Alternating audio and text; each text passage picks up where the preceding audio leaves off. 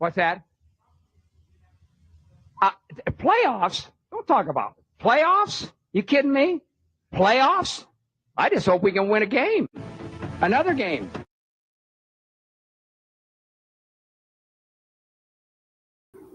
Oh, yeah.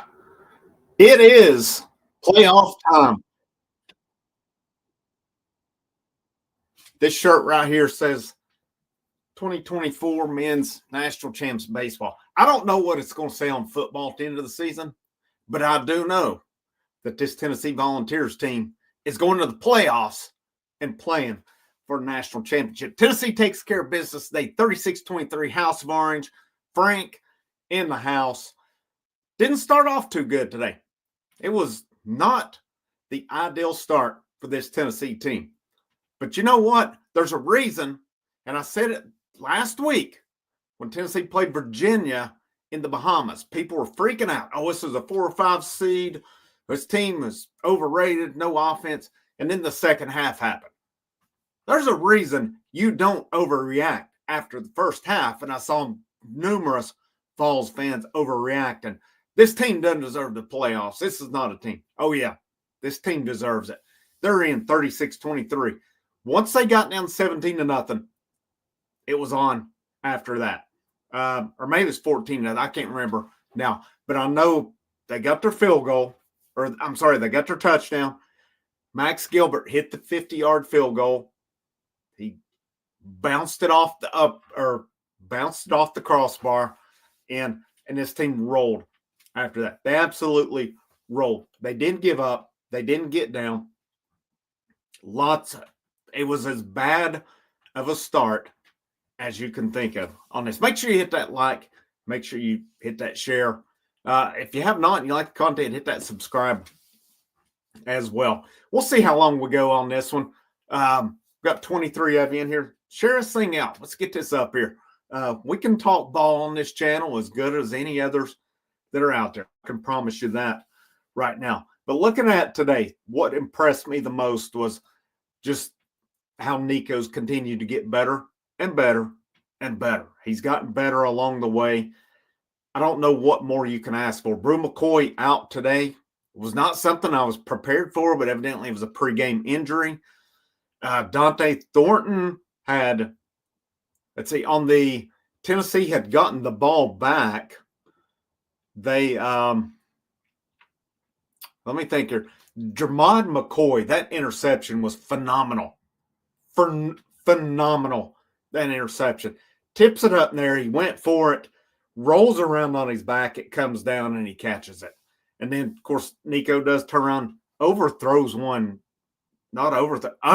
one badly on it to Thornton. Thornton come off. They were cutting his pants. Injury on the play. Come back. Not long after that, here he goes, 86 yards for the touchdown. And then I don't know that Thornton played again after that. But, guys stepped up today. Chris Brazel stepped up. Mike Matthews stepped up, 3 for 30. Of course, Kitzelman stepped up, played a good ball game, had some good catches. I really enjoyed watching Brazel and Mike Matthews step up today the way they did, especially in the absence of Brew McCoy and with Dante Thornton going out. Of course, Thornton was still 3 for 118 and 2 touchdowns today. He is Tennessee's big play threat. There's no doubt about that. We know that at this point. Tennessee will move on to the playoffs. It's not even an if. They're in. They are in. I'm going between two. Got a little different setup here for you guys that have tuned in. Got a better, still got to get a jack to get my regular microphone. I'm going off of my Mac microphone right here, so I apologize for any stuff with that. But going off a couple of microphones, getting the setup going better here as well. Michigan owns Ohio State once again. And I posted this on social media earlier. Could you see Tennessee versus Ohio State round 1 in Knoxville? I think Tennessee's hosting at this point. There's no way you can have Ohio State ahead of Tennessee. There's no way. And I think if Oregon's going to be in, and now's the case is that Penn State, or is it Indiana who plays for the Big Ten championship? Which I'm not really sure on that one, but it'll be one of the two. It's not going to be Ohio State because that's their second loss. So, so be it, Ohio State. And I don't think David Sanders Jr., I've not seen anything else on it. I do not think he was there. If he was, it was a perfect showing for him to be there, even though I don't think we wanted him back there 2 weeks in a row. But still yet, so many social media sick. Sorry, jealous haters. They wish they could become Missouri fans. I saw a lot of it at the end of the first quarter. Tennessee fans today. I'm not going to be honest. I'm going to be honest. I mean, I'm like, this is not a good start. You know, we've got this chance to go to the playoffs. We're coming up this performance. But also I'm like, it's the first quarter. This game's got to finish. It's not – people are already giving up. We're done. We don't deserve to be here. We didn't deserve a shot to playoffs. Makes me sick, man. Let the game finish before you start tweeting, before you start posting on social media. Let it. Again, I saw it last week with Tennessee and Virginia in the basketball game. Tennessee led the whole first half. They dominated Virginia in the second half. People were, what's a 4 or 5 seed? And then all of a sudden, they dominate Virginia in the second half. The Tennessee-Baylor game happens the next night where Tennessee annihilates Baylor. And oh yeah, that's my Vols right there. But, you know, whatever, man. It was, it is what it is. Yeah, thank God we woke up fast. I don't know what happened with Sampson. The good thing is he's got a few weeks off at this point. He's got a few weeks that he can prepare for that first round game. So they'll either play Friday night on December 20th, or they'll play Saturday, December 21st, if my dates are right on that, because I heard them say that there's one Friday night game. There will be 2 Saturday afternoon games, 1 Saturday night game. I cannot wait for that weekend, especially now. I'd said that earlier, and I said, well, barring that Tennessee takes care of business in this game. Cannot wait for that first round of playoffs, because I always get pretty excited like NFL playoff time when it rolls around. I'm more of a college guy, though. These playoffs are going to be so fun. And I think that moves Tennessee up to I think they're hosting. And possibly, I mean, depends on what happens with Notre Dame today. Depends on what happens. Tennessee could go as high as, I think, a 6th seed on this. Because now if you've got Penn State playing Oregon for the Big Ten championship, if Oregon were to beat Penn State handily, does Penn State fall below Tennessee? I'm curious to see how that goes on it. I would love to see Tennessee, Ohio State round 1 in Knoxville. And I know Ohio State's pretty good, but I don't know. Bring them to Knoxville. Bring them on. You know, I've heard when I did the David Sanders Jr. videos recently going on when he first visited last week, and these Ohio State fans, why would he come to Knoxville when he can come to the Ohio State? I would love to see the Ohio State come to the Neyland Stadium and see what they're made of. I would love to see it, because they're not coming into Knoxville and winning. I'm just telling you on that right now. I could not tell what happened to Squirrel on that one. I know there were 3 guys down. There was Sampson, there was Squirrel, and Cooper Mays. Josh Heupel looked like he was ready to come out there and fight. So I don't know if Vandy was getting cheap. Vandy, I've got a lot to talk about on this game. We'll see how long it goes. Yes, I agree with Rookie and Morty. I want to play some Big Ten teams. I want to play Penn State. I want to play Ohio State. I want Ohio State and Knoxville. That's who I want. Don't give me Boise State. Clemson's out. Well, no, Clemson's not out. Miami loses today. Clemson plays SMU for the ACC title. So Clemson could still get in. I don't see any way we see Clemson in the first round. I think it's more of Ohio State, Indiana. Could it be a Boise State? Could it be a Big 12 champion as well? That would be pretty interesting if you got, say, Colorado coming to Knoxville with Dion and crew coming in. That'd be really interesting. I'm probably the fifth time I've said, I want Ohio State in Knoxville. That's who I want first round. Maybe it's be careful what you wish for. I'm not afraid of anybody in Knoxville other than Georgia. You can bring any other team to Knoxville other than Georgia and expect Tennessee to beat them. Georgia, I don't want any piece of them unless it's at the end, as far as we can go with it. Yeah, I agree with Ronnie Freeman. What's going on, Ronnie? Good seeing you. Take away the first 5 minutes. This game is not close. Now, Tennessee dominated Vanderbilt the rest of the way. Looking to stats here for Tennessee, Nico, 18 out of 26, 257, 4 touchdowns, had the 1 interception. To me, that was really the only bad throw he made. I know he had some batted down, but those aren't necessarily bad throws. Brazel, 5 for 54. I thought Brazel should have had 6 catches. He was kind of questionable on the inbounds. I didn't, I guess, have as much of a problem with that. Brazel, though, it says 5 targets, 5 catches, 100% on that one. Theoretically, he was 5 out of 6 because they called the 1 out of bounds. Thought Brazel did really good today. Thought he did well. Thornton was targeted 4 times, 3 catches. Mike Matthews, a lot of us been going on for weeks on this. Mike Matthews, we want to see Mike Matthews. Here's something that I noticed it on 2 occasions today. On Dante Thornton's drive, or on his long touchdown, how many of you guys noticed the one wide receiver knocked that Vanderbilt guy on his ass? That was Mike Matthews. I'm pretty sure that did that. It was a great block. Perfect. It really helped spring Thornton till the end on it. That was a great block. He had another really good block later on. I can't remember what it was. Was it on Nico getting out? Was it on a sweep? What was it? There was another one. There was a couple really good Mike Matthews blocks today. But he had a touchdown. He had 3 catches overall, 30 yards. But his blocking too. This dude, if he's upset about his lack of catches or whatever, I like this guy because he's out here blocking. I mean, again, that block on the long touchdown to Dante Thornton was awesome. Loved it. That was a great block on it. Kitzelman, 2 for 33.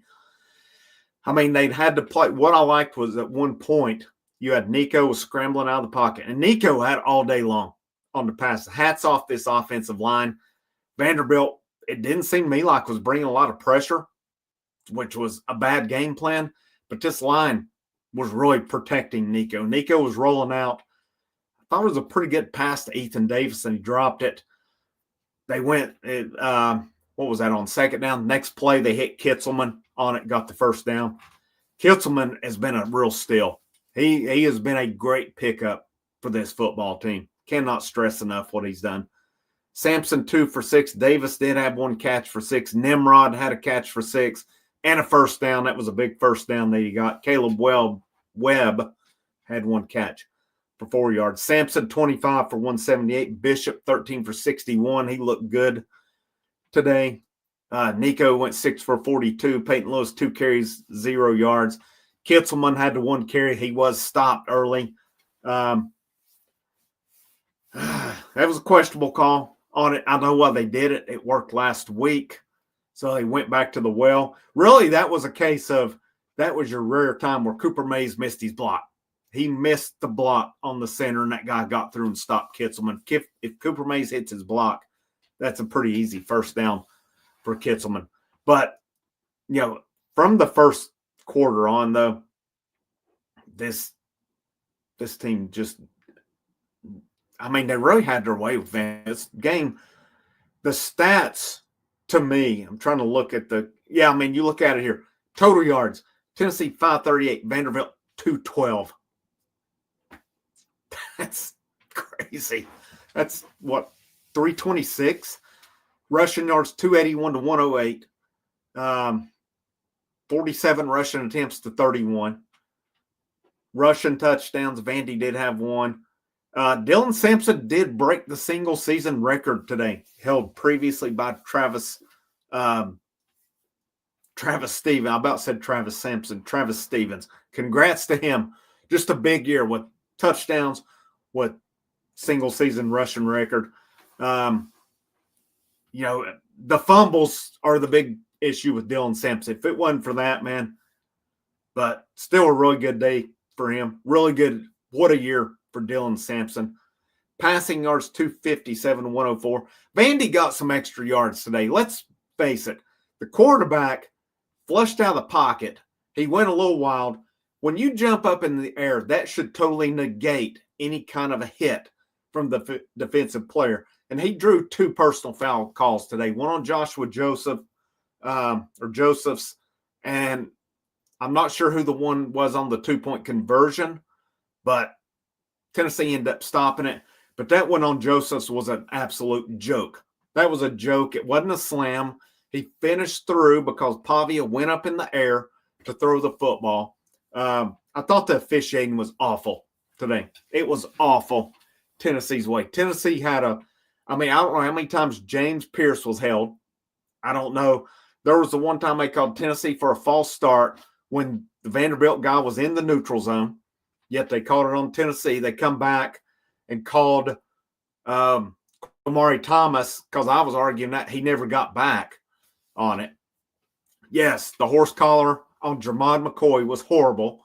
That was a terrible call. It was like you could not breathe on Pavia today. The officiating was horrible today. Josh Heupel had every right to be livid over that officiating. And I know I'm forgetting some here as well. I can't remember what else there was off the top of my head. Let me hit a few of these comments here as well.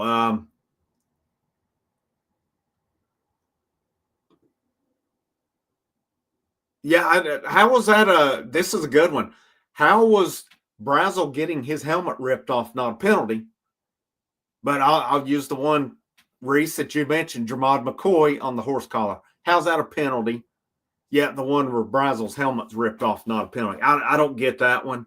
No, Heupel definitely did not leave the starters in too long. It's a 13-point game with the playoffs on the line. Absolutely not. Did not have any problem at all on that. I don't know if Vanderbilt's trying to get dirty at the end. Here's the bottom line with Vanderbilt. Little brother is always going to be little brother. That's just the way it is. Little brother apparently will occasionally punch above his weight. But when little brother come up to fight big brother, he didn't have anything for him. Had it for a little bit, but not more than that. Bring on Ohio State, Knoxville. That's who I want. I want Ohio State in Knoxville, round 1. That will be the matchup of matchups for Tennessee. If you think that crowd in Knoxville wouldn't be fired up, oh my goodness.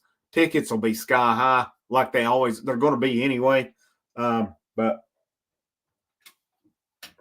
let's see what else we had here. I did not see this play live. It looked a little questionable. I was on my way home. I'd went out to get something to eat, so I got back a little later than I anticipated. I started getting text messages about it, the kickoff, the fumble. But it looked a little questionable to me as well. I agree on that. Matthews, the block. Matthews blocking. He is top-notch on that. He is top-notch. Pavia is not that good. I was not impressed by him today. Tennessee did what they should have against him. My thought was look at the South Carolina game plan from a few weeks back, and they did pretty good on that one. I felt like there was a point in time that Vanderbilt was running, pretty much having a lot of good luck on Tennessee in the run game. They only ended up 108 yards. That's pretty good. I thought Tim Banks' defense really shut things down after that early part of the first quarter. Vanderbilt had a real hard time. Excuse me. Bless me. Let's see what else we got here. Trying to see on sacks, how many sacks we end up getting out of it. Arion Carter led. Let's see. Will Brooks had a half sack. Josephs had a half sack. Bryson Eason, Norman Lott both had half sacks. Jackson Moy had a sack. So 3 sacks on the day 4 tackles for loss, 1 interception, 4 pass breakups. They had only 1 quarterback hurry. I don't know about that one. I would question that one. I thought they had more than that. Oh, here's a good stat. Tennessee team stats by quarter. So the first quarter, Tennessee went for 96. Quarter number 2, they went for 203. 125 in the third, 114 in the fourth. I want to see what Vandy's was. Vandy in the first quarter, 88 yards, 57 in the second quarter. Here's a big one for you. Third quarter, Vanderbilt had 4 total yards. That's it. 4. That's domination.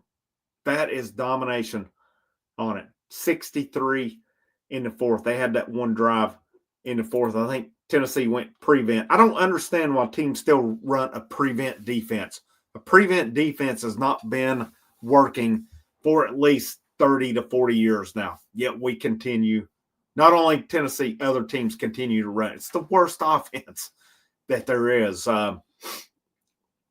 Yes, this was a big play. We got that safety from West. The fact that those announcers tried to argue that, I was like, the Vanderbilt guy run back into the end zone. He should not have gotten credit for getting the ball out. When West brought him down, that was it. That was a safety. That was a no-brainer on it. That was a big play. There was a lot of big plays from this team today. And, yep, I agree with this one. Hopefully the injuries were just kind of tweaks. And when we got 3 weeks to recover, hopefully we got a full arsenal ready to go. I mean, your guys who are out for the year, they're out for the year. But hopefully Brew's back. Hopefully Thornton is good to go. I feel like Thornton's been battling injuries for a few weeks now. Squirrel, hopefully good to go. Squirrel had no catches today. Sampson is the big one. I mean, I know Sampson's had now 4 fumbles on the year. Like Reese said, I think the one today was questionable. But Dylan Sampson's the man. Dylan Sampson is a heck of a running back. And I think we've got to be encouraged by the play in Nico coming in to this. To me, from the second half of that Alabama game on, today, I don't know what happened on the interception. If he just lost the grip on it, what happened. But normally he's pretty good on those passes. Normally, if anything, he overthrows them. He overthrew or underthrew that one badly. And Thornton was running up the sideline. He threw it more middle. So I don't know if it was a miscommunication or if he just threw it, lost the grip. I don't know what happened on it. But that was really the worst pass I've seen him throw in a while. And he's been pretty good. I've been very encouraged by what Nico's been doing for a while now. But this Tennessee team, man, they're playoff bound. I'm ecstatic on it. I made a couple videos this week. I said this was the biggest game of the Josh Heupel era, and I want to get into this one because it's a case. I said, if he wins, he's got his chance right now. He's got his chance to show what he's doing. But if he loses, we've seen these guys. Butch Jones, 2016, had his chance and blew it. It was all downhill from there. Jeremy Pruitt, I don't know. I mean, I don't know if there was ever that chance with him. I mean, Fulmer, after that 2001 SEC championship, I know that he had some decent seasons along the way. He went to 2 SEC championships after that, but they were never a national title contender again under Fulmer. Yeah, they were an SEC championship contender, but that's not the same as being a national title contender. Josh Heupel, with this opportunity today against Vanderbilt in year 4, sitting at 9-2, and we can look back on Arkansas and the Georgia losses. Tennessee's definitely better than Arkansas. I said it when that happened, that Arkansas team's not good. Arkansas fans, come on, you would have thought it was the undefeated Dolphins team of all time that we were playing. Tell me, I didn't have a high IQ. I don't know football because this is a 10-2 Arkansas team. They were crap. And our game plan sucked. We played like garbage that night. And what happened. It was our typical one game on the road where we really don't show up. And then Georgia game, I mean, I don't know. If we play Georgia and Knoxville, I'm not prepared to say what I was about to say. I was about to say we play Georgia and Knoxville or neutral site. Georgia's had Josh Heupel's number. Until we actually beat them, I'm not going to say what I was about to say because I was talking out of the wrong side on that one. But we saw what Georgia Tech should have beaten Georgia last night. They blew that football game. There's no other way to put it. But I really think we get anybody else in the playoffs. I feel pretty good about it, especially Knoxville. Especially Knoxville round 1. And then you get to round 2, you start getting into bowl games, neutral sites. That'll be pretty interesting to see where we're at now. But for me now, I said today, Josh Heupel can either prove to me he's probably the guy, or he can prove to me he's not the guy. Because if you lose this game today, he's right there with Butch Jones, had that opportunity, did not take advantage of it. To me, though, he proved he's the guy today, at least for a while. But I like where he's at, his trajectory. We look at this season, they're 10-2 now. Was there frustration? Absolutely. But they're going to the playoffs. They're going to the playoffs. And I think the odds are really good they're going to host. And I think the odds are really good they're going to get to at least the second round of this as well. That's a pretty dang good year. And I come into the season, Kerry and I both predicted 11-1 because we predicted the Georgia loss. We did not predict Arkansas. We had said, if anything, they would lose at Oklahoma. But like Tim Bradley, I don't know if Tim's in here or not. I hadn't seen him comment, but Tim said, if this team gets the playoffs, that's what I wanted. I consider it success. I do too. If they don't win another game at this point, I consider it a success. There's a road where I said in a video, I said 10-3 or 10-3. People may have thought, well, you're saying the same record. I am saying the same record. But the difference in the two is they win today, they're going to the playoff. You lose the next one, you lose it. All right? It's a playoff game. You're at least in the playoff play for national championship. If you would have lost today, you would have went to the Citrus Bowl, Outback Bowl, Music City Bowl, and won that one. Big freaking deal. You would have went 10-3 there as well. There's a major difference in the two. I'll take the 10-3 ending the season and a loss in the playoffs, which I think at this point we're looking at worst case 11-3 because I think we're hosting in round 1. There's not a team.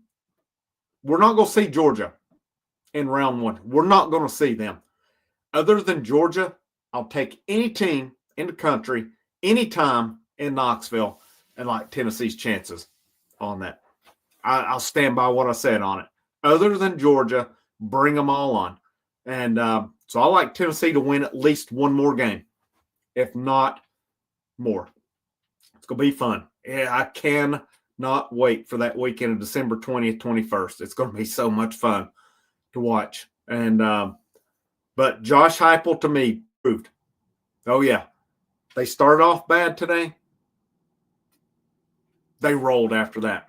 What more can you ask for today than the playoffs are on the line and you take care of business? Other than that first, at worst 10 minutes, you dominated that football game after. I read the stats here a minute ago. I'll read it again. For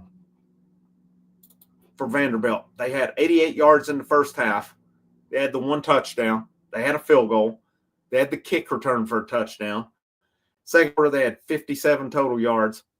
The third quarter, they ran 7, if I counted this right, 7 plays for 4 yards. That's how you come out of the half and dominate. How many of you remember Josh Heupel team's third quarter being the kryptonite of this team? Nope, not today. 4 yards coming out of that. And Tennessee led, 33-17 at the end of the third? Is that right? So let me look here, look back at the scoring again. I'm thinking that's what it was. 33-17 at the end of the third. That was domination. They put that game away. They could have, I really think they could have put their foots down more, put their on their throats and finished it. Vanderbilt cutting it to 13, made it a little interesting. But Tennessee run the clock out after that. That's what good football teams do. And that's what I like was this team just pounded it down their throats. They put their feet on their throats, and they didn't let off of it today. Vandy got mad. Vandy was, I think, trying to play a little dirty at the end. That's what little brother does when little brother can't breathe. And, that's what happens with it. Vanderbilt, fine year for them, 6-6. They're going to a bowl game. Hats off to them. Clark Lee, I think, a real good candidate for SEC Coach of the Year. But when it come down to it, here at the end of the year, they found out. South Carolina made them find out. They played LSU tough, but I didn't watch any of the game. I was told that game really was not as close as the score indicated. And then Tennessee, after the first, at worst, 10 minutes, dominated that football game. I thought Georgia Tech got a pretty raw deal last night as well. I mean, because when the Haynes King fumble, the guy come in, that was targeting. You led with your helmet. You hit helmet to helmet. That is targeting. And the announcers never even mentioned it. And I like Joe Tessitore. Palmer, I could care less about him. I do like Joe Tessitore. The fact that they never mentioned that really kind of blew my mind on it. That was a targeting. That should have been overturned. That guy should have been out of the football game based on the current rules. But I thought the refs sucked last night. I totally agree. I thought Georgia Tech's coach blew that game. I don't know what John Campbell was thinking as well. Unless my one thing to take up for him was Vanderbilt getting cheap. Seemed to make, because Josh Heupel was out on the field, looked like he was ready to fight somebody at one point. I loved it. I loved his fire today. You're telling me that's a coach who didn't want to go to the playoffs today? That's why we don't overreact after one quarter. And I don't think it was anybody in here. It's just on. That's why you don't after the first quarter. Oh, this team doesn't deserve to go to the playoffs. Blah, whatever, man. They absolutely deserve to go to the playoffs, and they're going to be in the playoffs, and they're probably going to be hosting a playoff game. So I'm telling you, I'm going to be trying to find a ticket. I don't know if I can afford one or not, but if I can find a ticket for December 20th or 21st, my old happy ass is going to be in Knoxville, cheering the Vols on over whoever it is. That's going to be awesome. But cannot wait for it. It's going to be so much fun. We'll find out. I think we'll get a pretty good indication on Tuesday. Now, next week's going to have a big emphasis on kind of the final rankings. But Tennessee, to me, comes out pretty good in this. They've got 2 losses. They're going to make the playoffs. I really think, now it's not for sure, but I really think they're hosting at this point with the Ohio State loss. I can't see how you put Ohio State ahead of Tennessee because Ohio State, they won at Penn State. That's their one really good win. Other than that, they've really not done much of anything. But the Michigan loss today, was that really worse than the Arkansas loss was? Arkansas was at least on the road. Michigan, Ohio State lost at home.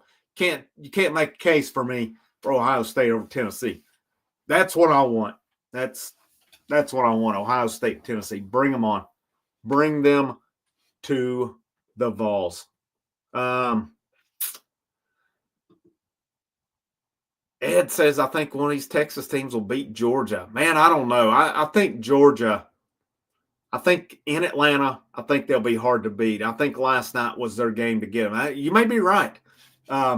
If it's Texas again, it is hard to beat a good team twice. What can Texas return the favor? Because Georgia beat them in Austin. Can Texas come? Although I know Atlanta is not Georgia's home, but it's not that far from Athens either. Can Texas, if they take care of business tonight against A&M, come back and return the favor against Georgia? Yep, totally agree with this, Douglas. That's, to me, the season, no matter what happens from here on out, is a success. Josh, in the first year of the playoffs, you get there. you've got a shot at the national championship now. You're going to be one of 12 teams with a shot at the national championship. What more can you ask for at this point? It would not matter if you go in 13-0 at this point if you lost the first game you played. You're in. You're in at this point. Nothing more we can ask for. I'm totally elated, totally happy with this. That is my only thing other than Campbell maybe getting a retaliation on somebody. I don't know what he was thinking. But I think at this point now, could Heupel come up next year and we're like, what in the world is he doing? I think the trajectory on this team, they're still building. They're still going up. They're starting to win these big boy recruiting battles as well. I mean, they said this morning, I've not seen the final thing if David Sanders Jr. ended up at Ohio State or not. Everything I had seen said he was not going to be there. I've not seen their final visitor total to know if he was indeed there or not. But based on last night, Austin Price, FallQuest.com, Ryan Callahan, 247.com, both had said that they did not expect Sanders to be at Ohio State, which to me is a pretty big victory right there. But I'm very elated with Josh Heupel and what they did. And today was that, to me, biggest game of his tenure. It showed me today, is this guy ready to be the guy at Tennessee? And I use that because Butch Jones back in 2016 had the chance, lost at Columbia, pretty much ruled out the SEC championship game. I don't know if they would have won it that year because they would have had to have beaten Bama, but still, you needed to win the East, which we have not. The East is not a thing now, but we hadn't won the East since, 2007? I mean, we're going 17 years of it. Now the SEC championship. Who would I rather be? Tennessee, sitting at 2 losses, going to get to play in the first round, don't have to play next weekend, probably going to host a playoff game, or would I rather be Georgia or one of the Texas teams where I have to play again next week? I have to run the risk of injury. Maybe I get a bye, maybe I don't. I'll take Tennessee's position on this one where we get 3 weeks off. We don't have to play a senseless conference championship game next week. To me, you guys that listen to me know how I feel about conference tournaments, conference championship games. I hate them. I think it basically takes out, like I got them when it was a separate divisions and stuff. But the fact that now with the SEC being all one thing, and I know they don't all play the same schedule, but to me, if Texas wins tonight, they should be the SEC champion. And they should get the bye. Georgia and them shouldn't have to play again next week. Now, I know that if A&M were to win tonight, it throws a wrench into things. You got to go to the tiebreakers, but still, yeah. I mean, if it comes down to, is it Georgia, Texas, or Texas A&M, what's your common opponents and so forth, they've got their tiebreakers on it. I just think the conference championships they're outdated. They were a moneymaker, a fun thing. I don't really think people care that much about them at this point. And I just don't. And I absolutely despise them in basketball and football as well. But I think Georgia will be hard to beat at home. And Georgia got to factor the referees into it. But let's face it, it is what it is. We saw it a couple weeks ago. No, the refs didn't beat Tennessee, but they sure as hell didn't help them either.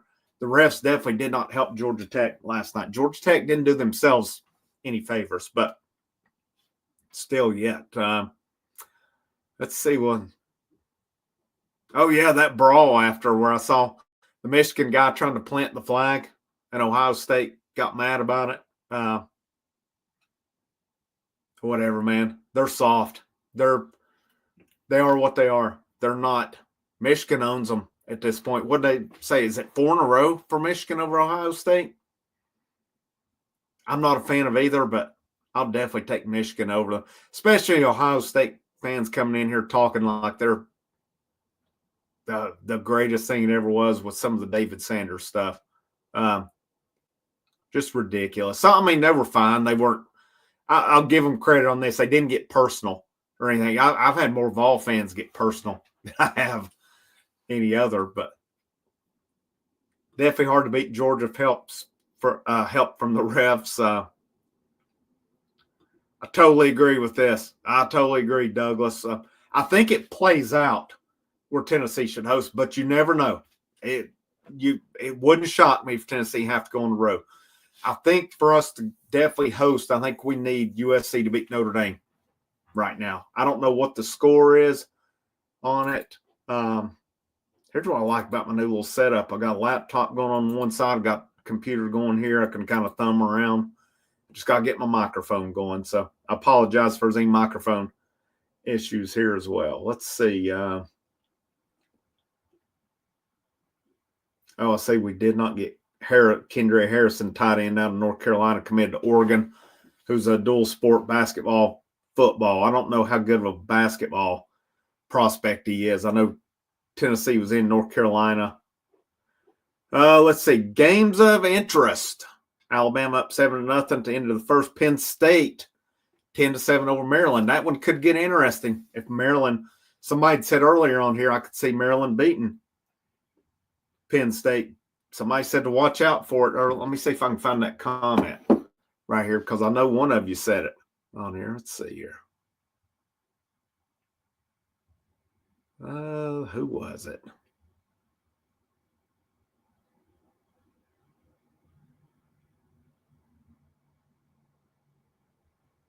Oh, right here, guys. Rookie and Morty said, I just don't want to play teams when I was playing. Penn State can easily lose to Maryland today. 10-7, second quarter. Could be a good call by Rookie and Morty. Right here for sure. Notre Dame, USC tied at 7-all. Miami's at 21-7. That's not good for Clemson, which I don't really care about Clemson. I'll be honest, I live pretty close to Clemson. Like within 45 minutes, I've kind of tried to, kind of like them a little. I can't do it. I don't like Dabo. I don't like South Carolina either, but it didn't hurt my feelings. I think Dabo's a clown. I don't like him. I'm glad he's not Tennessee's coach. There's a reason Alabama did not pursue him because I think naturally at one point in time, Alabama would have went hard after Dabo. But I think he's going the path of Fulmer, and it's going to be a matter of time where he's at. SMU up 21-0 over the Fighting Justin Wilcoxes. So there's your scores of interest right now. We need really the two that factors in for us that are playing right now is Penn State, Maryland, Notre Dame, USC. I think it would help us a lot if USC beat Notre Dame. I think we're a lot to host. I really kind of think we are now, but I'm kind of like Douglas said, you never know. You never know on that. So I think if Notre Dame were to lose to USC, I think we're locked to host. I think we're pretty good at it now, but we'll see. Let me hit some more of these comments. Got a lot of good stuff here.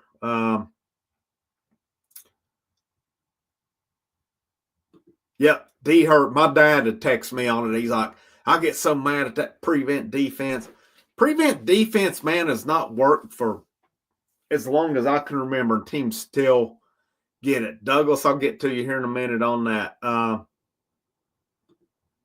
I think Sanders, so I recorded a video this morning. Now, I have not seen for sure if Sanders showed up at Ohio State today. Last I'd seen this morning, it was actually from late last night, but I saw it this morning, was that Sanders is not visiting Ohio State. I think that was a good sign for Tennessee. So hopefully he was not there today. But, yeah, I mean, I can't imagine. I think either way you look, I mean, teams are always going to need tackles.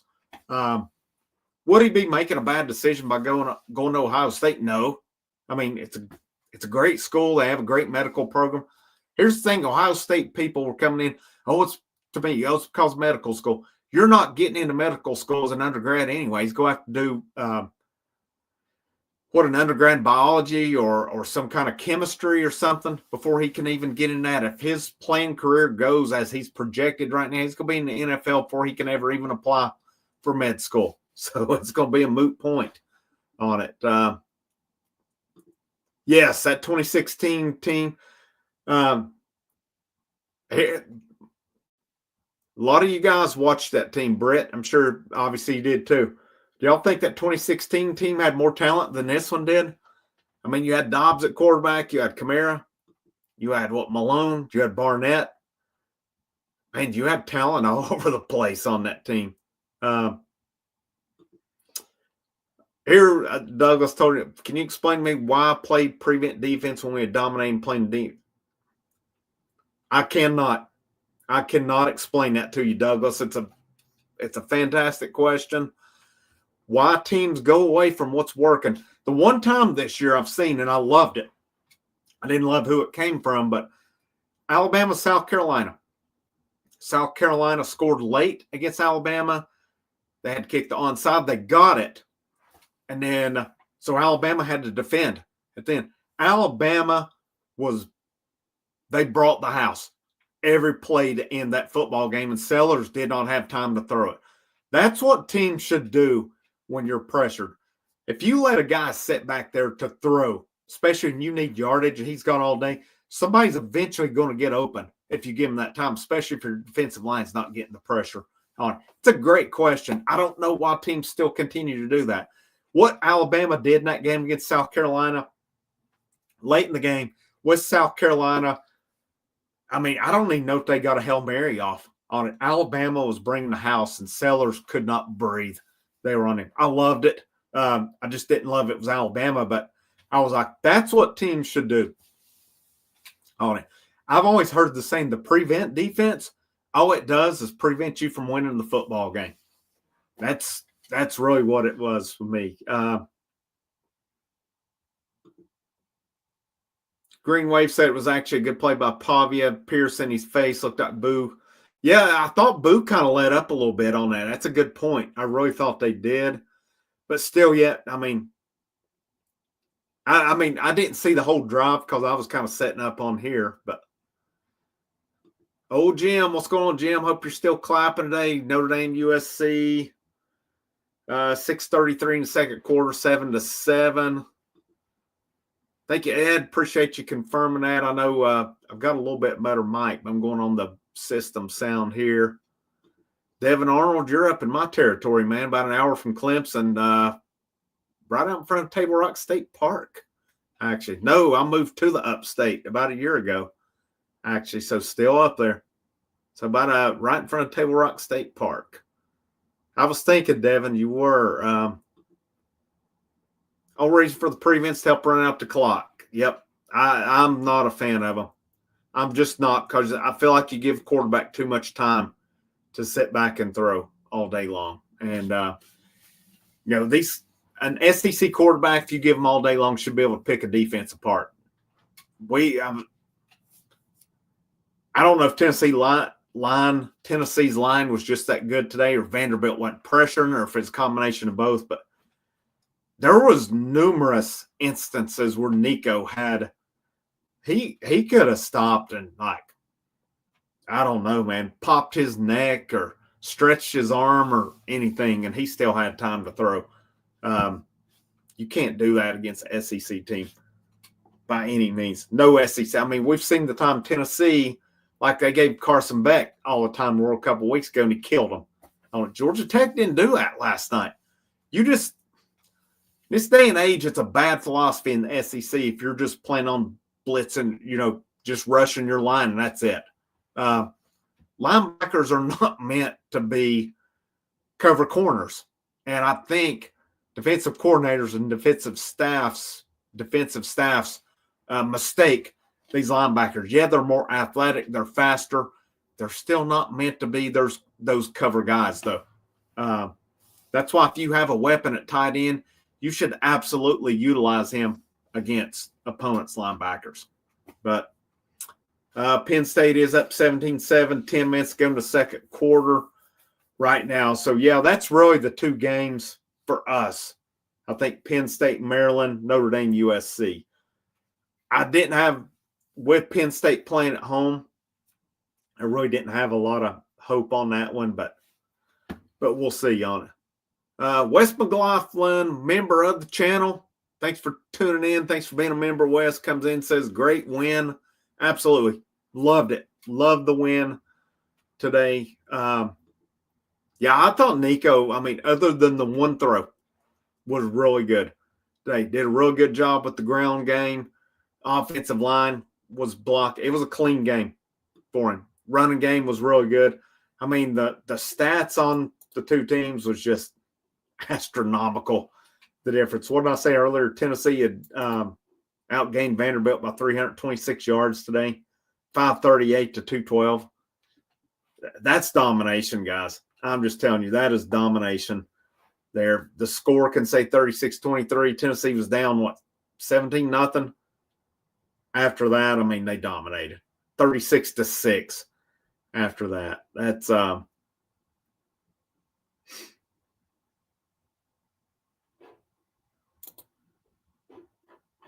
wait, is this real? I gotta see this. What? Okay, this is getting crazy right here. This is Gus Malzahn leaving UCF to be the offensive coordinator at FSU. Man, it's on ESPN. That's crazy. I know Chip Kelly left UCLA last year to go to Ohio State's offense. What is going on? Are these guys just leaving because they're about to get fired? Or what? I can't understand that. That's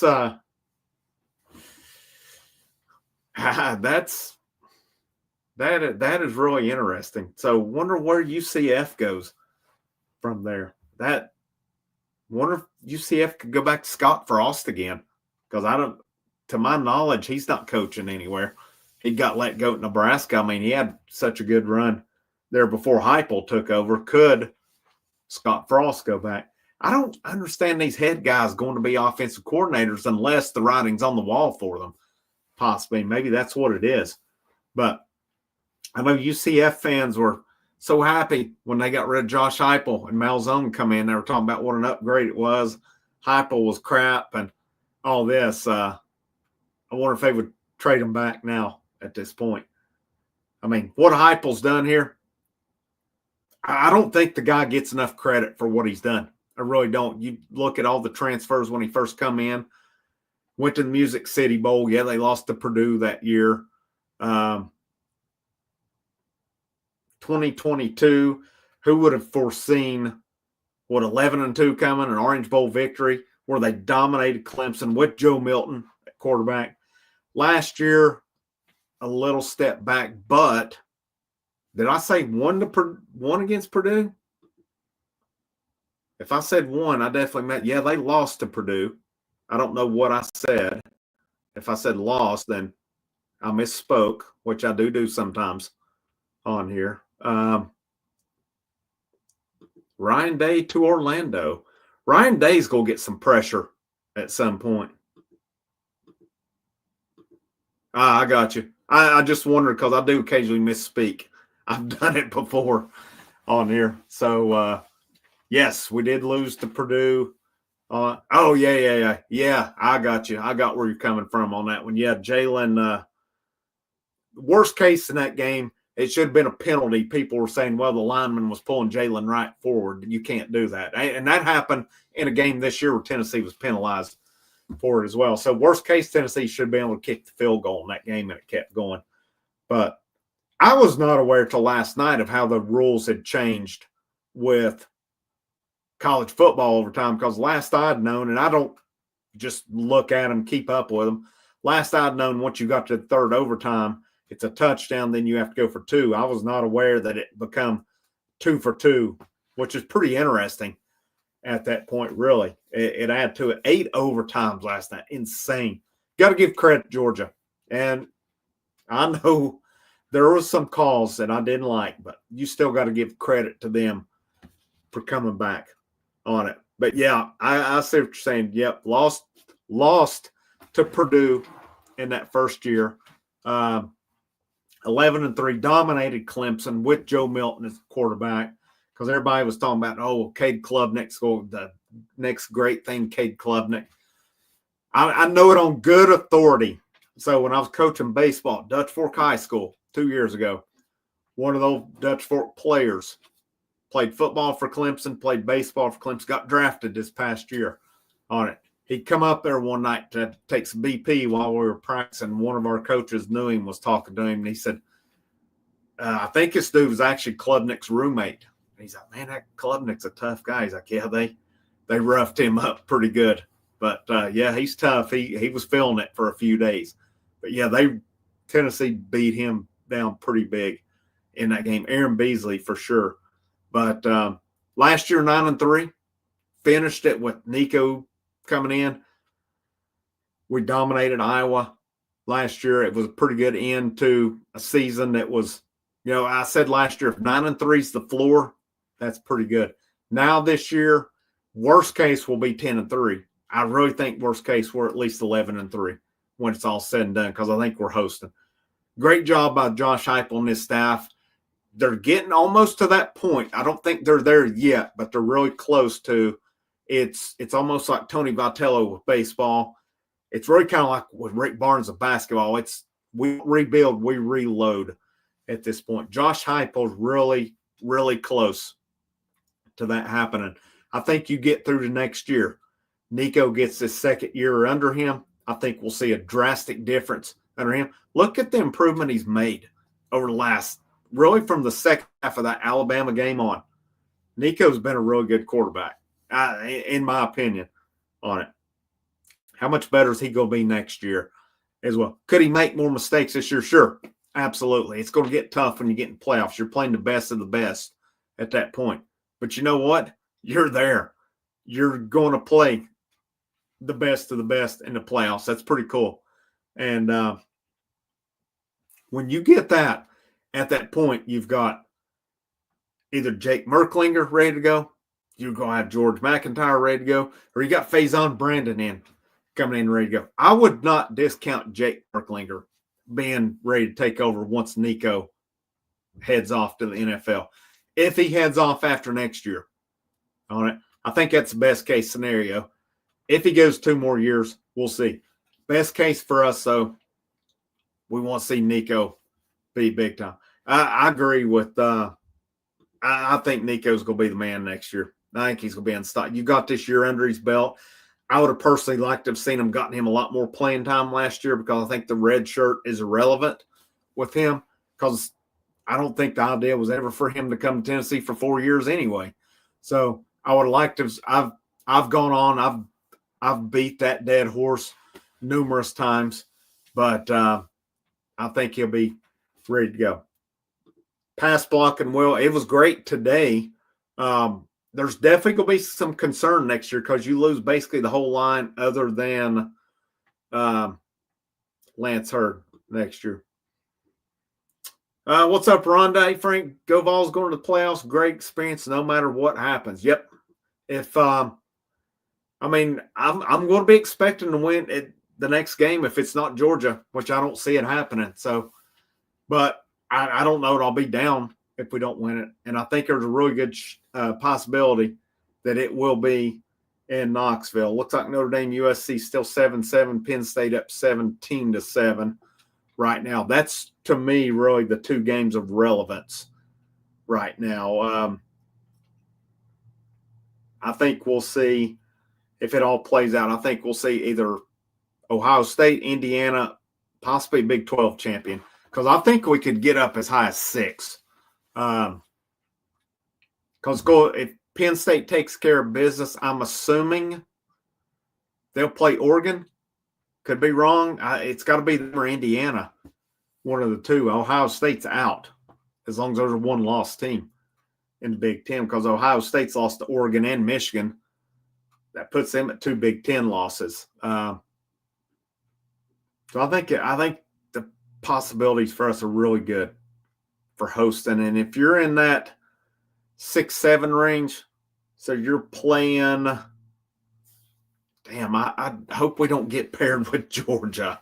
That's, like I said, it's not that I think Georgia's the be-all, end-all this year, but they just have our number. I don't want to see them unless we have to. But we'll see. I think I'm going to wrap up on that one. We're at an hour. We had a real good chat today. Appreciate you guys tuning in. This Tennessee football team is playoff bound. Playoff bound. I'll release a video tomorrow. I'm just going to kind of, it'll be like the next day, but we're just going to project what I think the playoffs are. Of course, playoffs Tuesday night. We'll be live Monday night to discuss it. Tennessee basketball plays.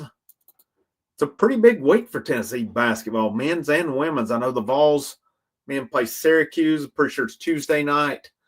And the Lady Vols play Florida State Wednesday night. That is two big games for these. That's a proven point game for the Lady Vols because they're not getting the respect right now. And, we'll see. That's one to me. It's going to be a big one. See, the men, they do play Syracuse Tuesday night, 7:30. We will go live about 9:30, right after the game Tuesday night. Lady Vols, I know it's Florida State. Let me double check here. Florida State SEC ACC Challenge 7:15 Wednesday night. Live show about 9:15. We'll talk that as well. Big week for them. They play Florida State Wednesday. Next Saturday night, Lady Vols play Iowa, 7 p.m. That'll be fun as well. Play them in Brooklyn, New York as well. But, man, thank you guys for tuning in today. That was a lot of fun. It's quantity over, or let me rephrase, quality over quantity sometimes. So we were around 40 to 50 the whole time. We had a great chat. You guys were very active. Appreciate that as well. But make sure you look out for content this weekend. Be live, barring anything. I planned on more live this week. It didn't work out like that. Things are ever changing, but hopefully we'll get to go live a few times this week. Guys, have a great rest of your weekend. This is Frank. This is the House of Orange Sports Channel. It is, as Josh Heupel says, a great day to wear the orange. Last but most certainly not least, go Vols.